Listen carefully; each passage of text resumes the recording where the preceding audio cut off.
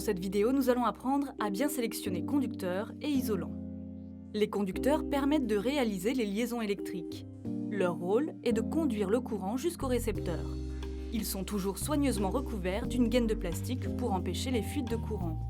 Cela permet également de manipuler les fils électriques en toute sécurité. Avant toute intervention électrique, pensez à couper le courant dans le réseau concerné. Pour cette présentation, vous aurez besoin de conducteurs de 1,5, 2,5, 4, 6 et 10 mm².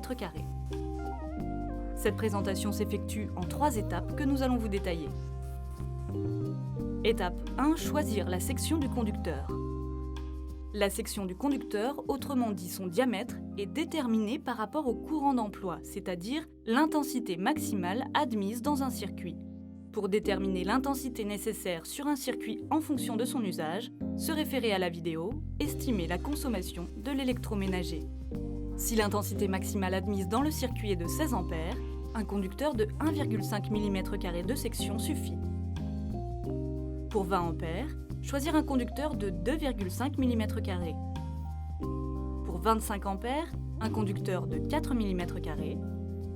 Pour 32 A, un conducteur de 6 mm². Enfin, pour 45 A, un conducteur de 10 mm².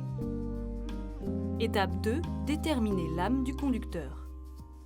L'âme d'un conducteur désigne sa constitution générale. Dans l'habitat, la norme impose l'utilisation de conducteurs en cuivre. Il a l'avantage d'être moins résistant au passage du courant. Étape 3. Sélectionner l'isolant.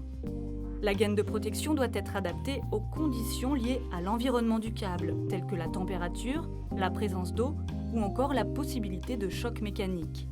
Le matériau le plus courant est le polyéthylène réticulé qui peut s'utiliser dans quasiment toutes les situations, que ce soit intérieure ou extérieure. Le polychlorure de vinyle, lui, ne peut être utilisé qu'en intérieur. Vous savez maintenant comment bien sélectionner conducteurs et isolants.